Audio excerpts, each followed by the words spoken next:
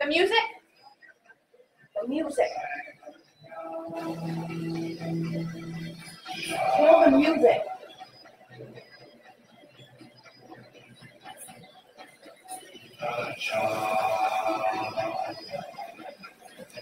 Good afternoon, everybody. It's Megan here live from Rythmia. And I am super excited that you guys are all joining us again. Hopefully we have lots of viewers that are going to be checking things out because we're doing something very different today. We're going to be doing some pizza, and I am getting live. I'm going to get hooked up here to you guys on my phone so that I can try to answer your messages because I don't have my regular helper Kenneth here with me today. So I want to try to be able to make sure I can answer your questions as they come in here live. We just disconnected. Are we back? Are we back? Are we live? I think we're live. Okay. So my phone isn't working. So if you guys have questions, I'm going to try to read them off the screen here. I have my computer not sitting too far from me, and I hope the audio is okay. I hope the winds aren't too much because it's quite windy here. We've got the December winds among us again. And today we're going to be talking about pizza. As you probably can see, I said pizza is perfect food. And I wanted to talk briefly about why I decided to do this as the topic today. Main reason being is I think we can all use more pizza in our lives. And I'm sure that some of you might already know a little bit about my story and my background as to why I do this, do food as my passion and now as my career in this life. For me, a lot of this stems from my relationship with food. I spent a good 15 years plus treating food as the enemy, and I battled anorexia for a very brief time, but bulimia from 15 years old until 30. So for me, being able to rebuild a comfort around food, rebuild my relationship with food, and to stop having lists of good food and bad food has been a really big part of my evolution as a human, and for my spirit as I've been able to become a lot more connected. I know that you might also know that I use the term Intuitarian, and that's how I directly, that's how I like to refer to myself. When people ask me, oh, are you raw? Are you vegan? Are you vegetarian? How do you eat? I say, well, I am an intuitive eater. So I've started calling myself an Intuitarian. And I'm a strong believer that everything has its place in anyone's diet. And as long as you're not treating some sort of acute health issue, I think that we can eat a little bit of everything and maintain our health, our sanity, our spirituality, and our sensuality. And I think pizza definitely has a place for that. And I haven't had pizza in a long time, so I also figured that today would be a great day to do that. So pizza is a perfect food. And I know that I had read in the past that pizza is the perfect food because it really just all depends on what ingredients you put on it. You can make it like a salad, which is what we're going to do here a little bit today. But we're also going to do two types of pizza. We're going to do a gluten-free garbanzo crust pizza, or soca style pizza, which is something that we serve here at Rythmia on the buffet every once in a while. And we're also going to do kind of a take on a naan bread pizza, which is something that I have done a lot for myself and for clients in the past, and something that I think is, just a really easy way for you to make your own pizza at home. Because we're going to actually do live here. We're going to make the crust, and we're going to top it, and then all you would need to do is toss it in the oven, which we're not going to do today because I didn't bring the oven out with me. I did bring a trusty little cooktop and a fry pan, so we're going to make the dough. We're not going to bake them, and really you don't necessarily need to. So to get you into what's going on, I'm going to show you right here, and I come around and get you closer. These are two of our flatbread naan pizzas that we're going to do. And I'm going to see how close I can get this. So look at that. Talk about eating the rainbow. If you follow me on Instagram at Map Wellness, you see that I'm always talking about eating the rainbow. So this is pizza. This is like salad pizza. So delicious. So we have more of a sweet and savory one here and a savory one here. And I will tell you that this one it's a dill naan bread that we're going to make next. And I've got it topped here with a little bit of raw honey, arugula, fresh blue, some apple cider vinegar pickled red onion, and a little bit of tahini sauce drizzled on top. And underneath, you can see that there's a little bit of cheese, and that is a local goat feta that we get from our neighbor's farm here in Costa Rica. And then the other one we have here is my Rythmia yum sauce. It's the yellow sauce I have on the bottom. Some sauteed caramelized onions and peppers. Some of my vegan sun-dried tomato and sunflower seed crumbled meat, which is not meat, obviously, crumbled on top, as well as some fresh cilantro. So those are the two pizzas that we're going to be demoing today on the naan side of things, and then we're also going to be doing the soca. So we're going to get right into things right now. And who do we got here? We have got Rhonda saying, hey, from Rhonda in Kentucky. Hey, Rhonda, nice to see you. Thanks for watching. I've also got Jennifer just joined in. Jennifer says pizza seems to be loved universally. Amen, sister. And we can do so many things with pizza. So this is just, we're just going to hit the tip of the iceberg here. I'm going to give you the basics, and then you guys can fly with it. And I would love, love, love, love, love to see what you guys do with these recipes. Follow me on Instagram. Take pictures if you make this at home and tag me in it. I want to see what you guys are cooking up at home. And Nicole says, hello from, I can't read that. I'm coming closer. Oh my goodness. Maybe I need to get my eyes checked. I can't even say that. Manalapan. I don't even know where that is. New Jersey. All right, that's easier. Okay, so I'm going to get to the rest.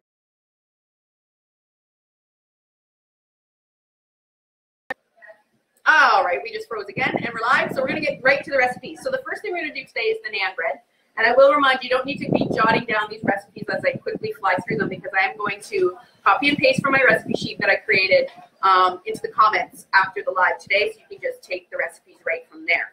So this is a really basic recipe, and you can veganize it or do it the way that I'm going to do it today. It's really up to you. So what I've got here is just some regular old flour, and I know a lot of you people out there are probably following a gluten-free diet. And I eat a primarily gluten-free diet, and that's just because I don't eat a lot of bread. But I also am a co-owner of a bakery here in Costa Rica, so I do eat gluten, and I love it, and I appreciate it, and I enjoy it. And it may not make me feel always the best, but I have no qualms with enjoying some really good flour-based products, and so that's what we're going to do today. Here at Rythmia, we've actually just switched over to mostly like a 99.9% gluten-free. With all of my baked goods, I've got a really great gluten-free flour substitute that I started to use that is a yuca or cassava root and white rice flour base. But I find using a gluten-free flour in a dish in a bread like this, it just doesn't have the same texture and elasticity. You really need the gluten. And I will show you that this is the finished product. This is the naan bread that I just made these fresh myself. So you can see it's kind of thick, but I'm eating this for the bread really. And it's just pan fried. So these are the naan breads that we're about to make. This is a finished product that I didn't put anything on top of yet. So what I've got here is about, I don't know, about like 2¼ cups of flour or something like that. You're going to see in the menu. I just do this by eye. You're going to see in the comments exactly how much. So what I'm going to do is I'm going to put this into my mixing bowl here, and I'm going to use this little fine sieve because I don't want chunks in my dough. So I'm going to go and put this through the sieve. And as I do that, I'm just going to use the back of my knife here to just help any of the big chunks fall through. And this is so simple. People get intimidated when they hear that we're making any sort of bread because you think it needs to be kneaded forever and then rise and blah, blah, blah, and deal with yeast. Well, this is yeast-free. We're not even going to worry about any yeast or anything like this, and you're going to see how quickly this comes together. If you delete out the amount of time that it's taking me here to mash these chunks through the sieve, it would be a lot faster. But Costa Rica, humidity. So everything, all of our dried powdered stuff tends to get pretty stuck together here. So this part of the process you probably won't have to deal with, and I'm actually going to get in there right with my hands because your hands are your best tool. So I'm just breaking up the chunks of the flour. Let me check my notes here. So it's 1¼ cups flour, and this is going to make 4 naans. The 2 that I showed you that were all made up, plus the 2 extra here. So this recipe makes 4 of those. So you can double, quadruple, triple, do whatever you want for as many as you need if you're making this for a crowd. And you don't need to make 4 naans. You can make 1 really big one or 2, depending on how you want to do it. So I've got my flour sifted through there. Da, da, da, da. And then I'm just going to add in some baking powder. And I think it was 1 teaspoon of baking powder, but again, it'll be in the notes. And I'm going to put that through the sieve as well because I don't want any chunks of my baking powder. Definitely if you're using any recipes that have baking soda, try to, put it through a sieve because baking soda tends to chunk up quite a bit. And then I'm going to put in about 1 teaspoon of salt. And I'm going to put that through my sieve as well. And that's going to help, give it some flavor. And then the next thing we're going to do, this is actually coarse salt, so I'm going to dump it right in. And then the next ingredient is an optional one. I'm going to add in some some dried dill. I like dill it's part of the base flavor here. You could swap this out for any fresh or dried herb that you like. Rosemary would be really good. Chopped up sun-dried tomatoes, really fine, would be really good. Any herb or flavoring that you want. Like this is a flatbread, so you can do whatever you want with it. Mix it up.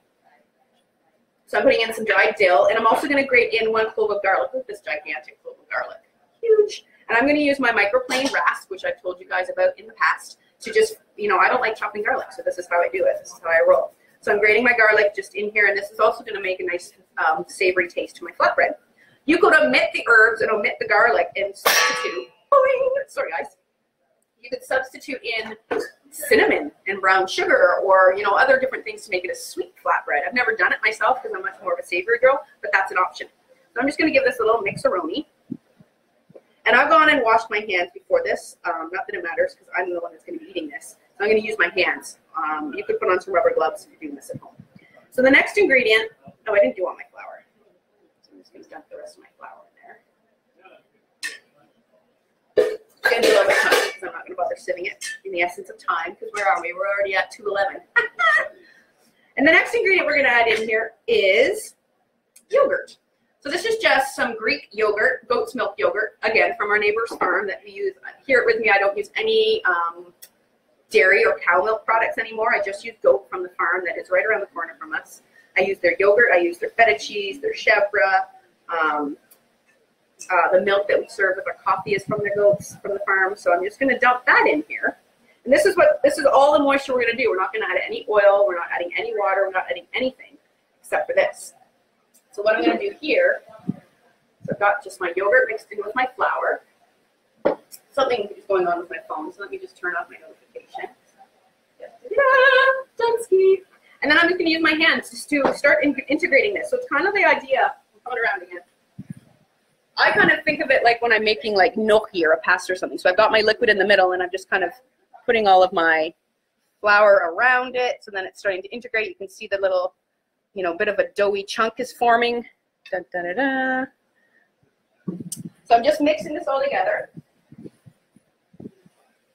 And now that my table, my cutting board here is all clean, it's going to be a perfect spot for me to roll this out and knead it and roll it out. So I'm just integrating that yogurt into the flour. I would love to hear if you guys try this at home with a gluten-free substitute.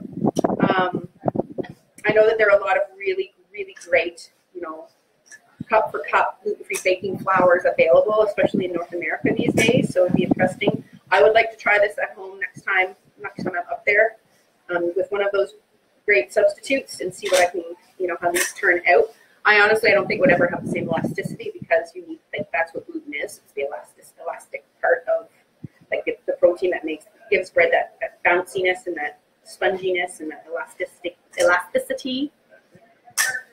So this is pretty much in a good formulation. It's a good formulation here. The dough is forming is what I'm trying to say. Stacy says, I'm coming up for that. Stacy, who works here with me, she's watching from her room apparently. She's going to come up and have a little taste. Good, Stace, go ahead. I would love you to come and say hi to the folks.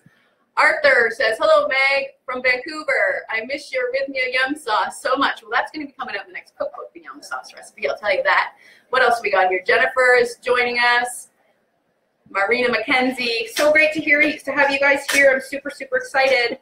And look I just killed time and made this beautiful dough ball. So what I'm going to do is I'm going to grab a little bit of flour here. This is just run-of-the-mill flour. You could try this with whole wheat flour, or actually I've done it with spelt flour very successfully. And if you're not familiar with spelt is it's a cousin. It's another type of wheat, but it's quite often a type that people that have a bit of a gluten intolerance don't seem to have the same issue with. I just poured way too much flour on my cutting board. But that's fine because my dough is quite wet. So what I'm going to do is the kneading step. And I only do this for about 3 minutes. I'm not going to do it that long today because you guys don't really do want to sit here for 3 minutes and watch me knead dough. It's like watching paint dry. Mind you, I could talk the whole time. I bet you guys don't doubt that because I am quite talkative. So I'm going to just knead this until it really starts to really form together, get a little bit more elasticity to it. Super, super tasty. Again, like I said, rosemary would be really, really good in this. Chopped up black olives and rosemary would be a really good combination instead of the dill. Red pepper flakes. You could even put some Parmesan cheese right in the dough if that's something that you're into. Options abound. If you Google flatbread flavoring, I don't know why I made that into such a long flatbread flavor. If you Google that, I'm sure that there'd be a lot of different ideas out there on the interwebs these days. So I'm not going to go too much more crazy with this, but what I am going to do is I'm just going to preheat get that going. So I've got my little cooktop next to me going. Getting that pan nice and hot. Now I recommend if you're doing this at home, if you have a cast iron pan, that's typically going to be the best. It's going to give you the nice blackened, bubbly bread. If you've been, if you eat Indian food or you're familiar with naan bread, it's quite often got lots of bubbles in it and a nice charred outer crust on each side, which is that's my favorite. That's what I love about naan bread. Mine didn't quite get that. I didn't have my pan hot enough, but it's still pretty decent. My first batch. We'll see how this one goes. So there we go. So I've kneaded it, a couple of minutes anyway, and I feel like it's pretty good. It's feeling like a pretty good dough. So what I'm going to do is I'm going to divide this into 4. So I'm just patting it into a bit of a rectangle. And you can use your fingers and just do that, or if you have your knife handy, cutting it into half, and then into half again.